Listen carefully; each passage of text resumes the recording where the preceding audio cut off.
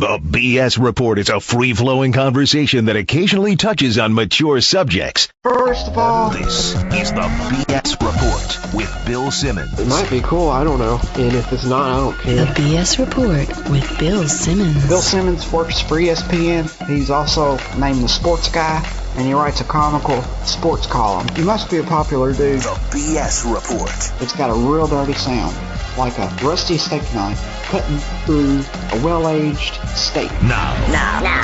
Here's Bill Simmons.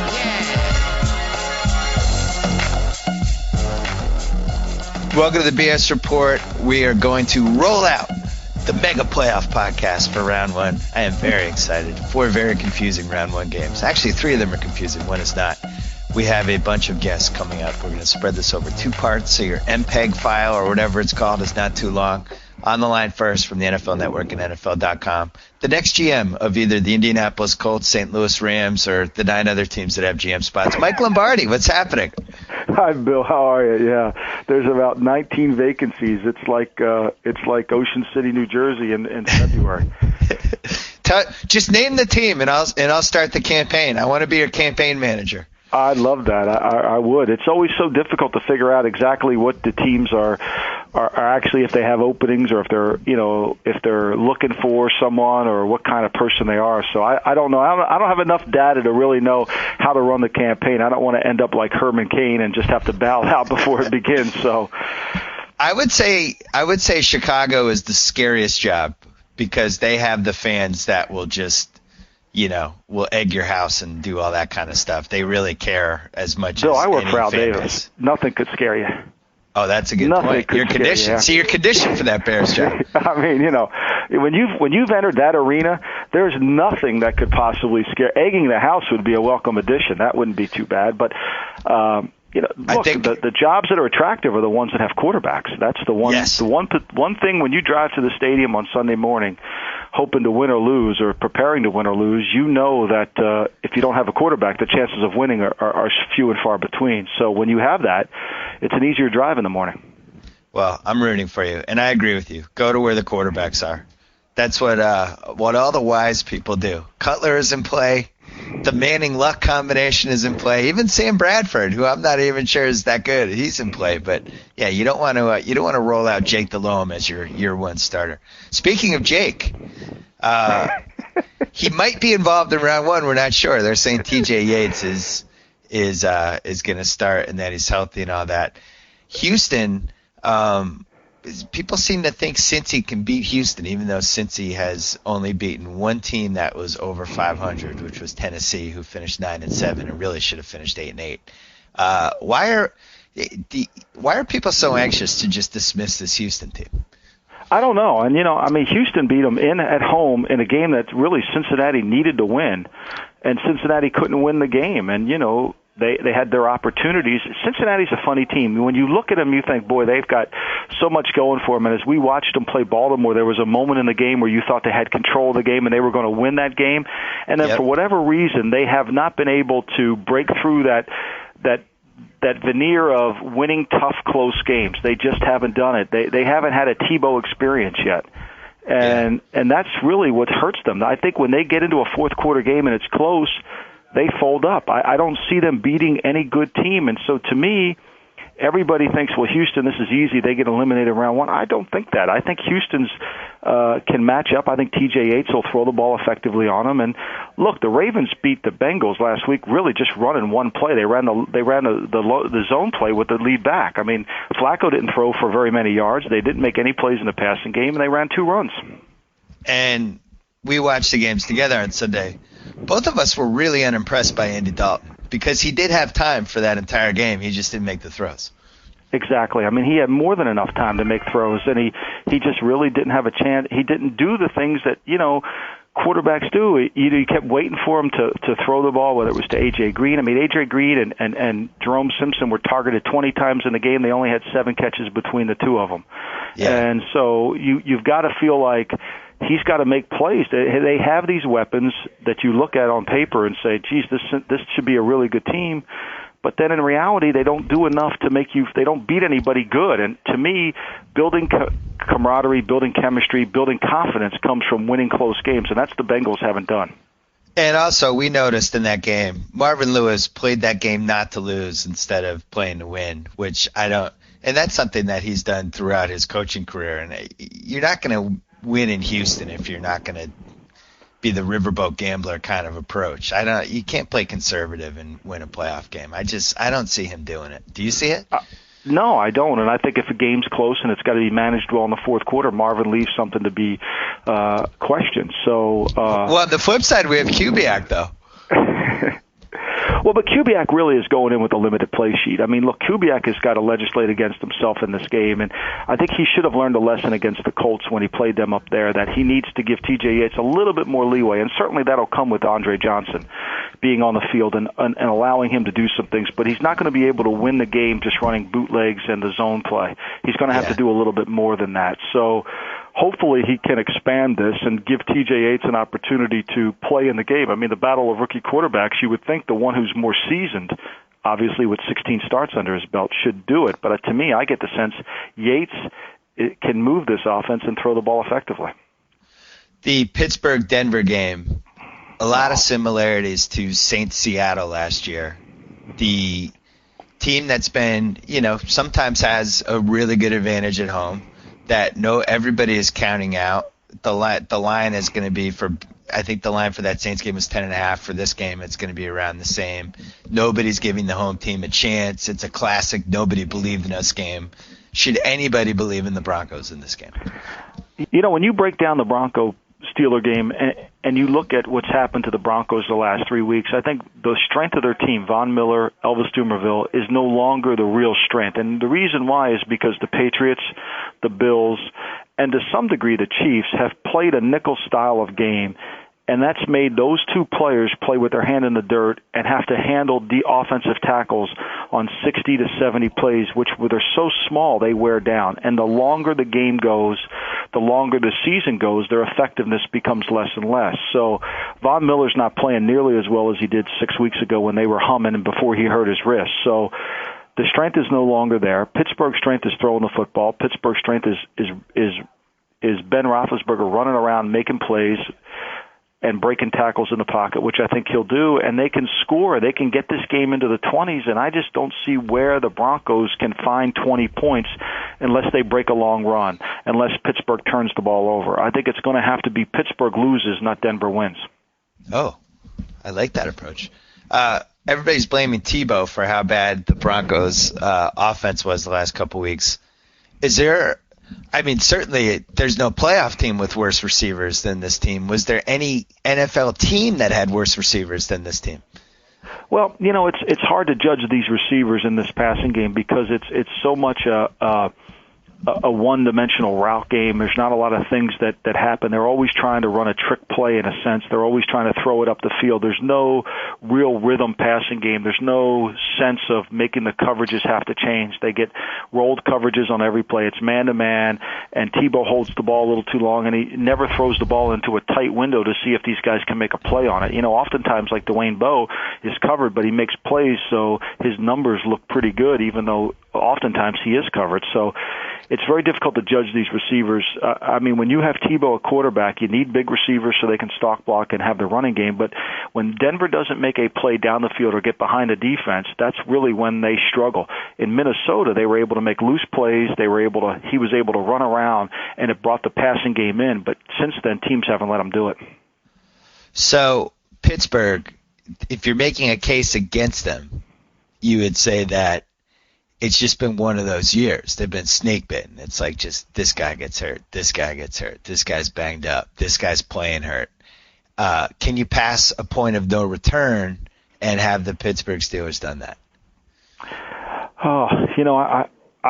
Losing Mendenhall hurts them because they want to be a nickel team, and the nickel back really helps the receivers. You have to load the box a little bit. So the injuries have mounted against Pittsburgh, but to me, they're still one of the best 5 seeds in a long time, and I still think they have the elements of when you break down all the AFC teams, they're probably the most complete team. Their offense is better than Baltimore's. Their defense is as good. Their defense is better than New England, but their offense isn't quite as good, but it's good. So to me, they still, even with the injuries, they still like they're the best team in the AFC, even though they're the 5 seed. If you're Pittsburgh, who would you rather want to play in round 2? Would you rather go to Baltimore or would you rather go to New England? Well, I mean, they've already beaten They've already beaten New England, so I think they'd rather go up there. I think knowing New England's defense has struggled the last season, they have to feel very comfortable that they can score with New England, and the way they play defense against New England. In the past, New England has always been their kryptonite, but now I think after beating them, especially after New England had a 2-week bye to get ready for them, they beat them in their home stadium. I think there's a sense of confidence. I think they'd rather go to New England. Don't you think, though, look, I'm not making excuses for my Pats, and Lord knows I don't believe in this defense, and I'm just going to enjoy the ride this year. I have very low expectations. It's hard for me to imagine they could win a Super Bowl with this defense. I hope they do. I'm going to enjoy it if it happens. But if you're the Pats, though, the Steelers beat the crap out of you in that game, obviously, but they did it partly by the element of surprise. They totally changed what they always did on defense in that game. And I think if they just really caught the Patriots by surprise, the game got out of hand, whatever, they're not going to catch them by surprise this time. How do you think their defense would play the Patriots in that game? I think they're going to play them exactly the same way, and they're going to hope that they can cover. They're going to hope Ike Taylor can play as effectively as he did, and they're going to feel like with Lamar, Woodley healthy, and James Harrison healthy, they can put more pressure on Brady, and they could force him to hold the ball that extra tenth of a second against man coverage and not put it in the tight windows. And they're going to feel like they can really clamp down on Pittsburgh, on New England's receivers, and just take the same approach, but with added players in it, make it better. Remember, they didn't have Harrison the last time they played them, and they had Simmons playing on the outside, and then Woodley gets hurt in the game, and they still won. This didn't work out well for the Patriots because if Houston takes care of business at home, which they're favored by 3, and I think if you're going to bet your life on that game, you'd take Houston. And then all of a sudden you have Pittsburgh coming to New England. That's not a prize for the 1 seed because Pittsburgh's one of the 5 best teams in this tournament. Let's go to the NFC quickly. Go ahead. Quickly here, I think the key is this is very reminiscent of the Tennessee team that came to New England on a Saturday night. Drew Bennett drops that ball. That Tennessee team could have easily gone to the Super Bowl. That was the game that was, to me, that was the deciding game in the AFC. Whoever won that game was going to the Super Bowl. And I think this game, if Pittsburgh goes to New England, I think that'll be the deciding game for the Super Bowl in round 1. That was Vinatieri's best kick, the 48-yarder in I think it was like the minus 30 wind chill or whatever. The ball was a rock. I still don't know how he kicked that. We won the game because of that kick. Let's go to the NFC quick. 2 really good NFC games. I think both of these games are significantly better than the AFC games. First one, the 3 seed against the 6, Saints-Lions. Everybody seems to think this game's going to be a 50-45 type final, reminiscent of that Green Bay Arizona game a couple years ago.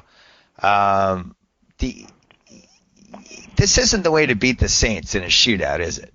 No, not in the Dome. I mean, you got to get, if you're going to play them and you want to up tempo them, get them on grass, get them outside, and then try your luck there. But I think the style to beat the Saints is to play slow ball, is to not snap the ball until the 25-second clock's down to 1 second, regardless of whether you want to throw it or not. I think you have to try to reduce the game as much as possible. You've got to put as much pressure on them as you possibly can in terms of keeping the game as close as you can until the fourth quarter, and then see where you go from there. But if you try to get in a track meet with them, I mean, Chris Collinsworth had the best line of all. He said, every time we do a Saints game in the Superdome, I'm looking for stories by the middle of the second quarter. And he's right. And so you've got to find a way to extend the game. I think the challenge for Detroit is, can they play not 60 minutes of great football, of defensive football, but can they play 35 minutes of great defensive football? Thank you for laying that all out without mentioning Super Bowl 42. I really appreciate it, because that was the Giants' game plan against the 07 Pats. And it does seem like that's the game plan to beat either the Saints or the Packers this year. It's the formula you have to play when you're playing against a high-octane team. You've got to find a way to gain a possession. You've got to find a way to reduce the game. And you've got to really do a good job on all your third and shorts. You have to almost spend a week of preparation on third and short because you want to be able to convert those key downs. Like we're watching Cincinnati play Baltimore, and how many times was I screaming in the corner about Cincinnati's inability to convert the 3rd and 1? Yeah. And when you play a good team, you got to do that. They did not have, and this is why I don't like them as a playoff team. They don't have that possession guy, Cincinnati. That guy that, the Patriots can go to Gronkowski or Hernandez at any point, or Welker on 3rd and 3, and they have 3 options basically. The Saints, everybody in that team is an option. The Bengals don't really have that guy, and I gotta be honest, I'm not sure the Lions do either. No, they don't, and that's the problem. I mean, really, Matthew Stafford's had an incredible season, but his 3rd down has been very, very disappointing. And for all the yards he's gained this year throwing, he would even have more if he could convert some 3rd downs. There was a stretch there during, the Dallas when they lost to San Francisco during that losing streak where they really struggled to convert 3rd downs, and it became a problem because they don't have a back that they can give the ball to when they spread you out. You're not worried about them running the ball out of spread formation, so you can take away some of the receivers, and then they don't have that crafty Lance Moore, Wes Welker type guy to win on the inside on an option route, and they don't have a halfback who can run an option route as well. So Linehan has done a nice job, the offensive coordinator of the Lions, of trying to mask their problems, but they always kind of creep up in key games and at key times. Well, meanwhile, the Giant fans right now are nodding and salivating because they have the right kind of team to beat the Saints and or the Packers. Do you believe in this Giants team? I believe in their defensive front, and I think when Osi Umenyiora is back playing, I think it obviously enhances all their other good players. Strength builds on strength, and that's what happens with the Giants is when Umenyiora is back and they can put Jason Pierre-Paul all over the place and Justin Tuck's all over, now they can create the matchups that really become a problem for bad offensive lines, and they can take advantage. If Atlanta doesn't play with the lead in this game, they got a chance to be run out of the house. Atlanta can't get into a drop-back pass game against the Giants, even though it would be tempting to do it because the Giants' secondary is so poor, but the Falcons' offensive line doesn't match up to the Giants' defensive front, so you have to be very careful about throwing the ball. They need to slow the game down too, and they also need to run the ball, and they need to keep the game. They need to play from in front. And if the Giants win, which I suspect they will, then Green Bay goes there, and I think the Giants have to hope for a bad weather day and to make it a trench game and make it a shorter game and take their luck that way. Yeah, but we all know with this Giants team, the worst thing that can happen to them is anybody thinking that they should win a game. That's usually when it turns on them. They need like that doubt. I hope the Giants fans are doing a good job feigning the flames of doubt this week for the Falcons. Oh, we can't match up with their receivers. They got to start saying that stuff because if Tom Coughlin and Eli and these guys think they could actually win, that's not good. But going to the Giants for a second. This Victor Cruz thing, just explain. Take 30 seconds to explain how this happens.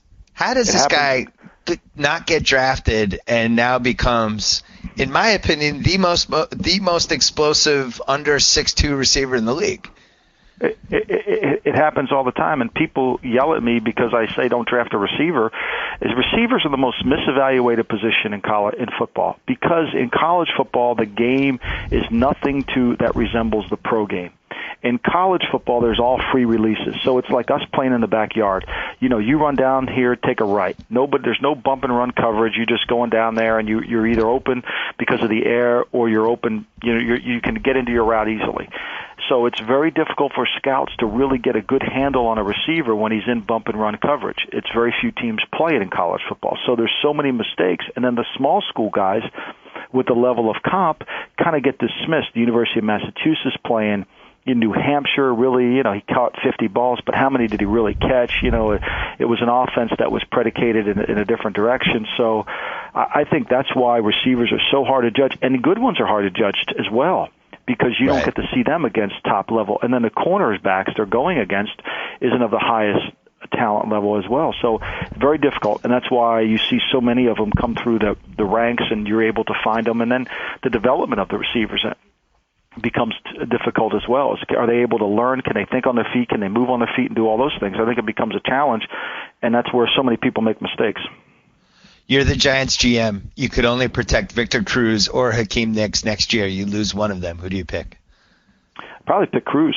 Cruz is crafty. I think, receivers are, as I've said to you many times, receivers are like a basketball team. You have to have different styles for every receiver. You can't have four the same.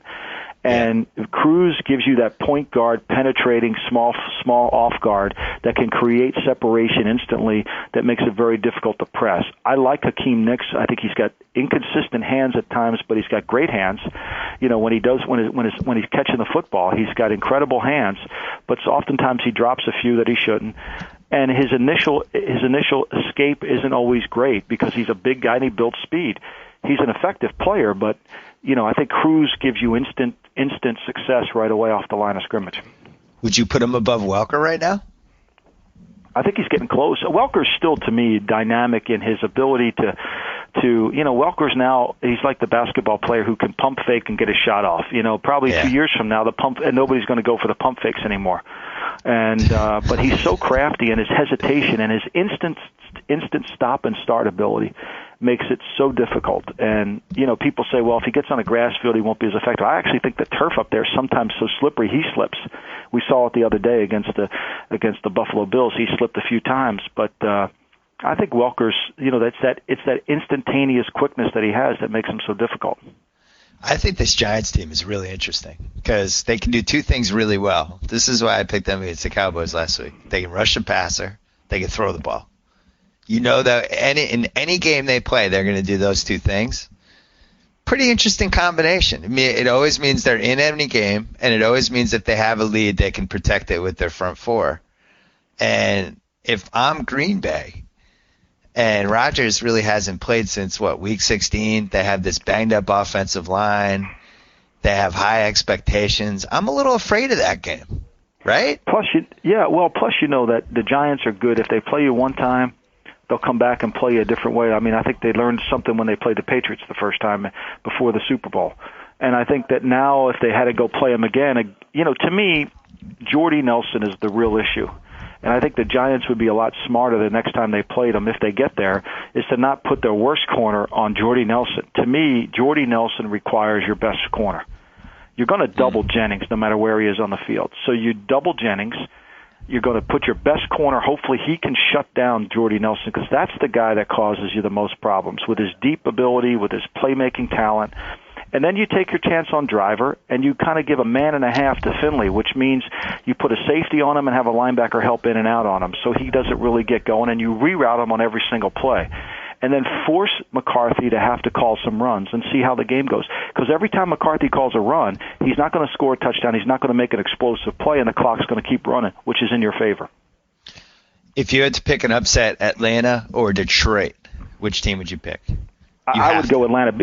I would go Atlanta because Atlanta's going to gain some confidence. They're going to put the Redskin game on there, and they're going to watch the Redskins run the ball effectively on them. They're going to watch the Redskins convert 50% on third down against the Giants, and they're going to feel like we've got a better offensive line than the Redskins. We've got better receivers than the Redskins. We've got a better quarterback than the Redskins.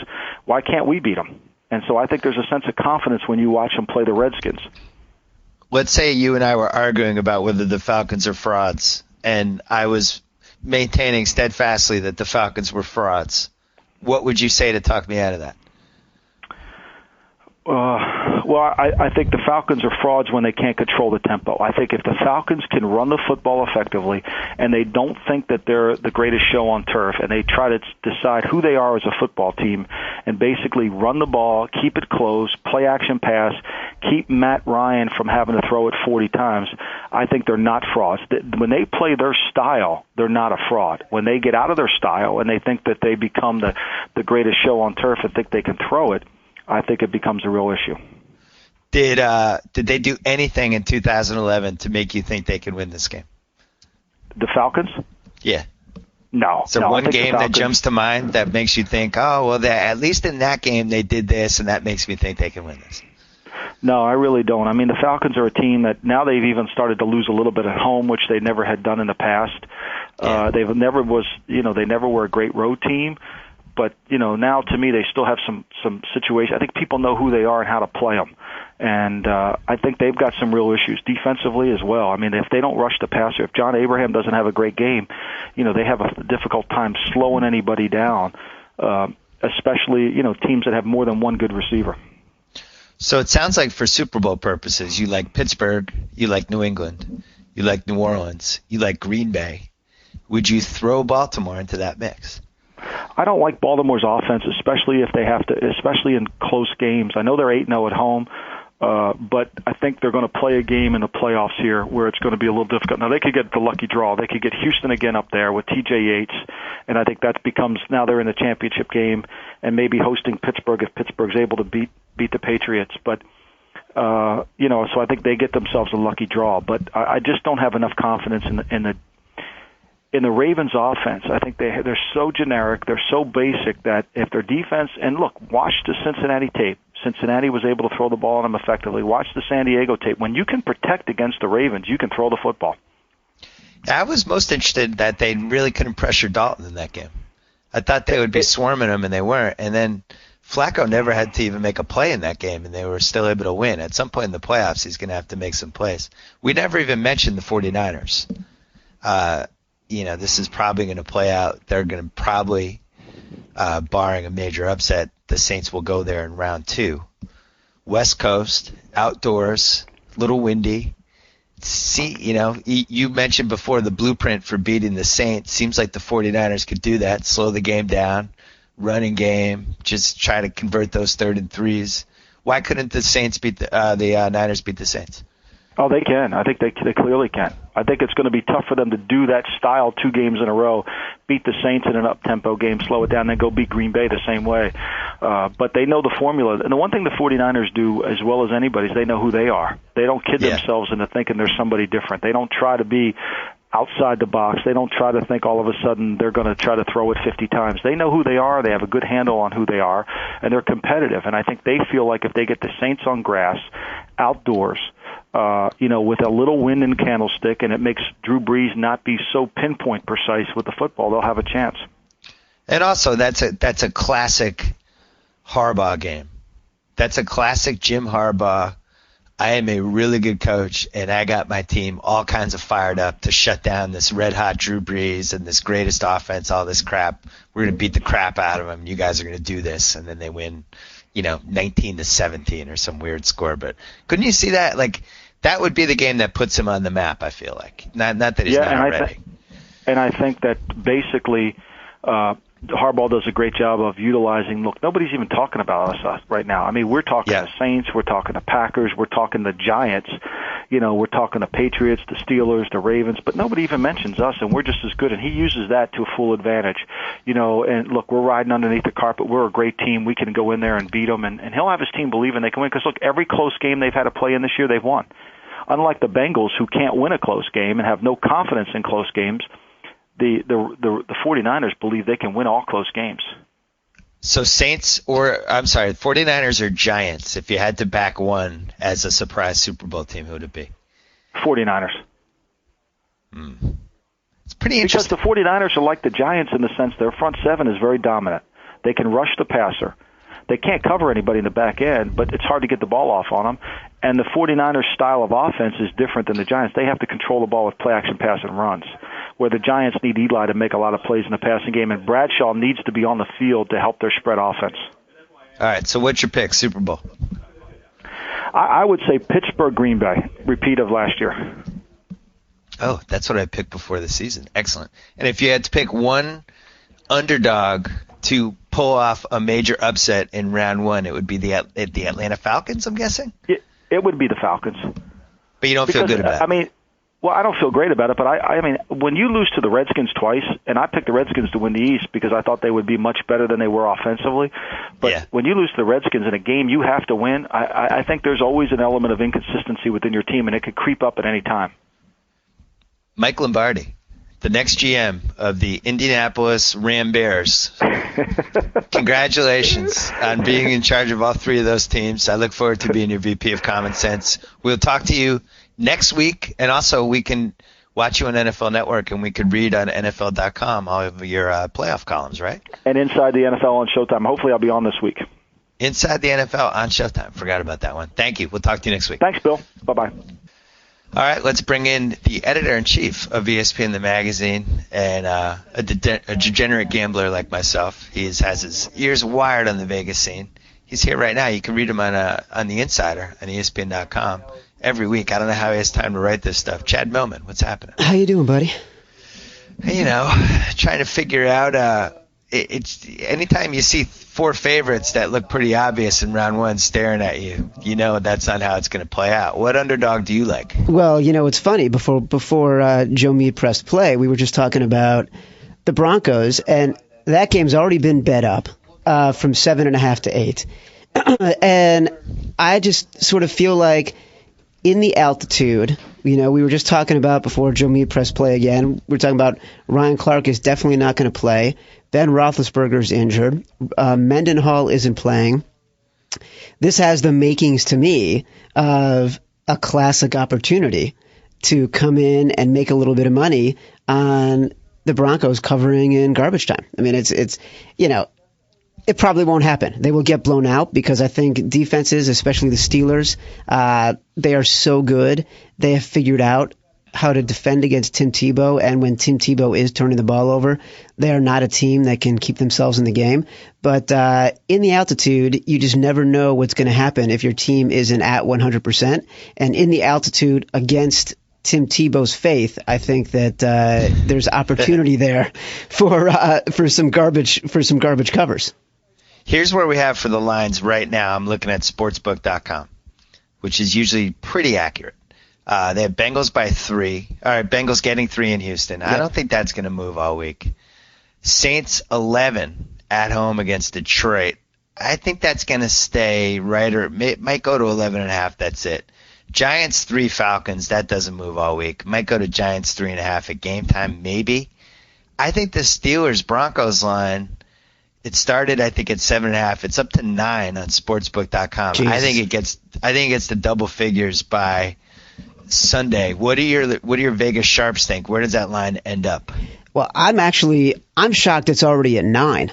I think you're right, it probably will get to 10 because there is no difference between 9 and 10, so bookmakers might as well, if they keep getting money on the Broncos, they might as well go up to 10. But I think there's an opportunity for buyback there at some point, just because there's too many things going against the Steelers, and that is almost entirely about the Broncos losing to Kyle Orton 7-3, and it's about the Broncos losing the week before that, and it's about the Broncos losing to the Patriots. It's about everyone thinking, okay, the Broncos have been figured out, and so that's where the money is coming from. But at some point, there's no value there, and so there's going to be sharps buying it back. Whether or not they buy it back in big enough volume that it ends up moving the number off of 10 if it eventually gets there, because all the public is going to come in on the Steelers. But I certainly think there's an opportunity there if it gets to that number.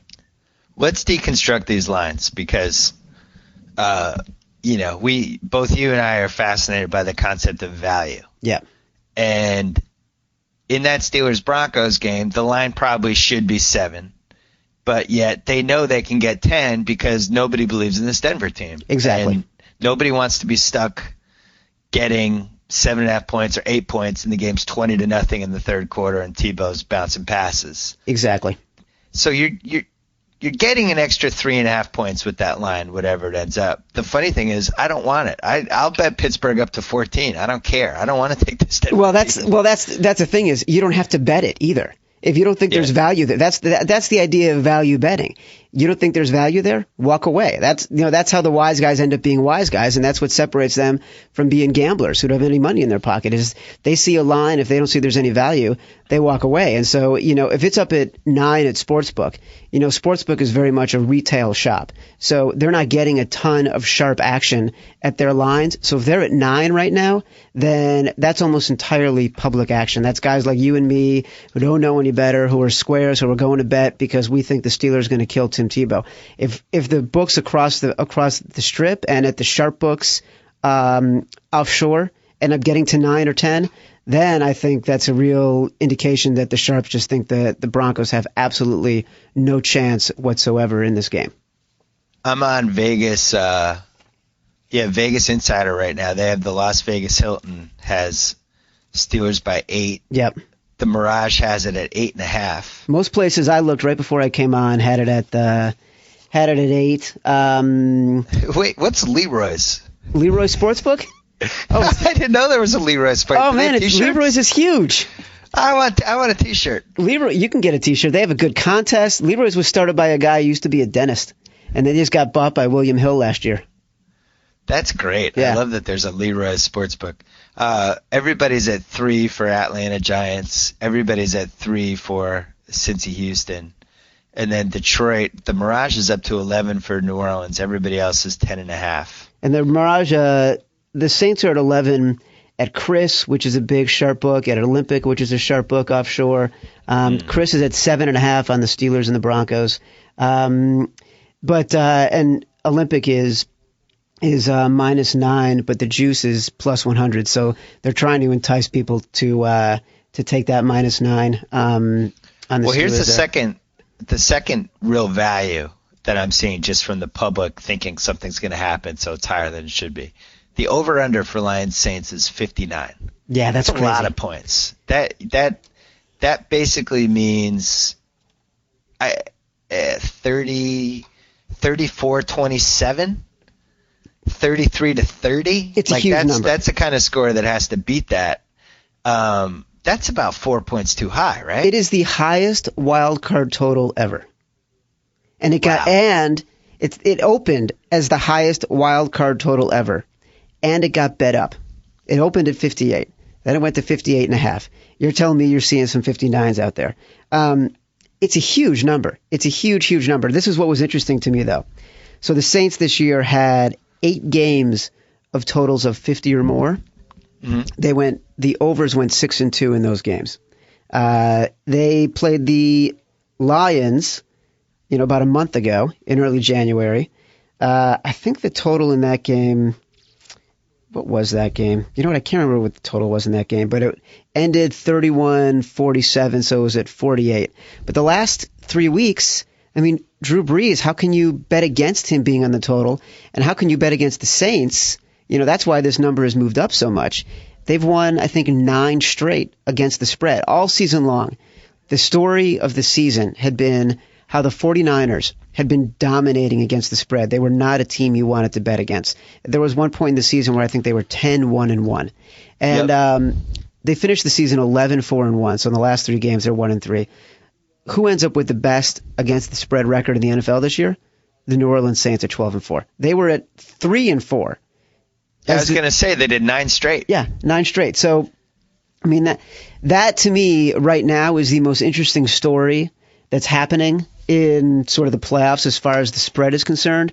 And there's a guy who I did some stuff with this year named Warren Sharp, who I know some very sharp bettors, no relation to his last name, are following, and especially for his totals. So before I was coming on, I asked him to send me some stuff. And he made the point that 3 non-Super Bowl playoff games since 2002 have been totaled above 51 points, and all 3 went over, and the home team covered in all 3. And New Orleans was one of those teams. I think that was 2007 against the Cardinals when they was Arizona Green Bay one of those games? I can't remember the other game. No, remember that one? It wasn't. 52-45? It was Indianapolis and somebody. Oh, okay. And I can't remember who the other person was. So you're saying maybe that line's not overvalued?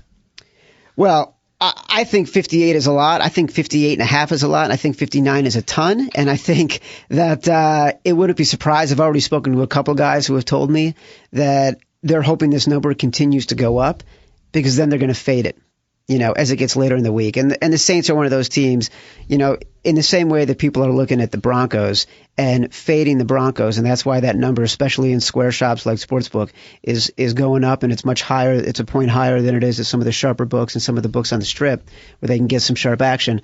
I think that number is going to continue to go up because people have seen Drew Brees throw for 20 touchdowns and 3 interceptions the past 4 games and score 45 points a game and, go 85 yards in 2 plays with 15 seconds left and score a touchdown. And they're going to bet the over. And that's a number that a lot of people in the zeitgeist are talking about right now. And, totals don't get as much conversation as sides do, but this is a number that is so high that people are continually talking about it. So I wouldn't be surprised if it gets to the 59.5 point if people start fading it. And then it's just a question of, did you get it at its highest point before you did start to fade it? Who was the winner of 2011's most public team award? Was it Denver? Well, at the end of the year, it had to be the Saints, but because they were winning 9 in a row and they were getting so much money, and those numbers, and they were covering in a ridiculous way. But certainly, I don't think Denver was a public team in the same way that, say, the Packers are a public team. The Packers lines, they had multiple double-digit lines this year, so they can't be anybody throughout the entire year except for the Packers. Well, but it seemed like the Broncos just were getting the benefit of the doubt with these lines. Even last week against the Chiefs, and I took them. They were 3 or 3.5, and there was really no reason to believe that they had a better team than the Chiefs. I mean, even this week. There is no reason to believe they had a better team than the Chiefs. There's no reason to believe they have a better team than the Steelers. But there is a reason to believe that they can cover a 9-point spread at home against a team that doesn't have one of the starting defensive backs, against a team that just lost its best running back, and against a team whose quarterback is pretty hobbled. I mean, that line this weekend at 3 and 3.5, most people I know, if they could get the hook, they were taking the Chiefs. The Chiefs were I took them in the Super Contest. God, it's so close. And they were the one game I won this weekend. In the weekend I needed to kill it, they were the one team that brought it home for me. Yeah, I choked down the stretch in the Super Contest. I went 4-6. I had some bad beats though. Who? The Niners blowing the 21-point lead. Yes. The Jets getting the cheap touchdown to cover by a point, all that crap. It was never my year this year. I think I finished 11 games over 500, and I don't feel good about it. I haven't gone back to look. I knew I was like, I felt like I needed to go 5-0 yesterday. I had like 44, 45 wins going into Sunday. I kept saying to my wife all day, it's a big day, honey. Big day. This is money time. And at the end of the day, like by halftime, I thought I was going 5-0. And then, of course, I ended the day 1-4 because everything went against me. And it didn't matter because I would have had 50 if I went 5-0. And I think to finish in the money, you had to have 51 this year. Oh, so it didn't matter anyway. It didn't matter. I finished at 47. Although I guess 5-0 would have gotten me to 51, but not my year. What do you get a sense from the guys that you're talking to? What game are they kind of waiting on? Because these guys lurk. They're like coyotes. They're just in the woods lurking, waiting for a little baby deer to stay behind and then jump on it. And they usually do this either on Saturday morning or Sunday morning. Who are they lurking? Who's the coyote team this year?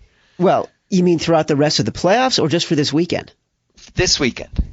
Well, I certainly think that total for the Saints and Lions is something that they're lurking on and they're watching and they're waiting. I think they are desperately waiting and hoping and praying that the Giants end up getting a ton of money come Saturday and into Sunday morning. So the bookmakers are forced to, instead of just adjusting the juice on that Giants -3 number, they actually have to move it and make it Giants -3.5 so they can get the Falcons in that hook, because that is going to be a close game. Talk about two teams that are exactly even. You look at their yards per play, and especially on defense, and it is like mirror images. So, that is only the Giants as 3-point favorites because of the location of the game. And I feel like as soon as that game, if it does get to a hook, then to 3.5, then I think they're going to jump all over the Falcons. I know that's what I would be waiting for. I'd love to see that game get to 3.5. Matt Ryan has had such an interesting year because he has played horribly against teams that are good and played great against the teams that stink. But I do feel like he's built a little momentum these past few weeks, and going into Sunday, it's a good opportunity for him to continue to build on that. And this is a team that is starting to become a little more comfortable and find its rhythm. So at 3.5, I think that'd be it's like getting the Chiefs at 3.5 this past weekend. If you get that extra half point, it's a comfort level. What if that Broncos line gets to 10.5? I think if that Bronco line gets to 10, people are going to start buying it back. Is there a money line? Because, if you're just looking at pure, I want to put $100 down on a big money line game and hope I get lucky. The money line isn't out yet for the Lions, but they're plus 11, so I'm going to assume I'm going to say they're plus 400 to win that game. And if they win that game, it's not going to be – they won't be able to do the Super Bowl 42 Giants recipe where they, short long possessions, run the ball because they don't have the kind of running game. It's going to have to be a shootout. It's going to have to be a ridiculous 41-38 type game. So the move would be to bet the Lions money line under with the over, I feel like. Right? And you're going to get like 7-8 to 1 odds on that. You with me? I'm with you. I'm thinking about it because I'm not You're convinced. Basically betting. I think the Lions are going to win a shootout. Yep. And my odds here are plus 750 or whatever they end up being. I think if these teams played 10 times, I think the Lions can win 2 in a shootout. So therefore, I'm doing this. Hold on, I'm looking at the money lines right now for the Lions. It's part of what I was looking up, and they're at plus 425. Right. So actually, plus 425 with the over, that gets you almost to 8 to 1. I feel like. Yep. Yeah. I just don't believe in the over. I feel like 59. If it gets to that, if it gets to 60, I just feels like that's high. It's high. It's a big number. Who was the hottest Vegas sharp this year? I loved this guy, Warren Sharp, on his totals. I just thought his stuff was really, really smart. And so that was interesting to me. Some of the guys that I talked to, they had fair to middling years. Like at the end of the year, I spoke to Brian Leonard, and I like Brian Leonard a lot, and I thought he did a good job. I talked to Teddy a lot during the year, and Teddy Covers, and he was on and off and on and off. So I can't say that anyone stood out to me. But there were guys whose numbers and theories were very interesting to me. There's a guy I talked to called the Sports Boss who I love the way he thinks about it, and he analyzes the games. I just think the numbers that he's generating are interesting. Now, in the long run, what's amazing to me and what's always amazing to me about sort of the way all of this is analyzed is that it's not like anybody's doing 60%, It's like whether or not you're doing it from a metrics perspective, whether or not you're doing it from a gut perspective or a system perspective, whatever it is, no one's killing it. Everyone's winning 54%, and that's all anybody can really do. And if anybody can get there, they're making money, and that's really, at the end of the day, that's what matters. I thought it was a hard year, and I think a lot of it had to do with the injuries. Yeah, there was a stretch middle of the season where I felt really good, and my picks were good. Like I just felt like I had a handle on the league, but it's just so hard with the concussion thing and all these injuries and guys going out and all of a sudden the Giants have no linebackers. All of a sudden the Patriots have no D-backs. Like I just felt like it was really hard to kind of get a handle on everything. Like you look at how the second half of the season went. The Saints caught fire. The Dolphins were really reliable last 9 of 10 games, although they didn't cover the last one.